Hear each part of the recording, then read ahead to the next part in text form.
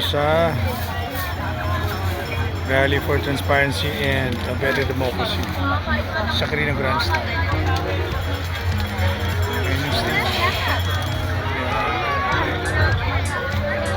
So, maraming kapatid ngayon nagtipon-tipon dito para makiisa sa pamamahala. So yun, tulad ng ibang mga kababayan natin, yun din ang sinisigaw natin. Para ng katarungan sa mga anomalya sa flood control.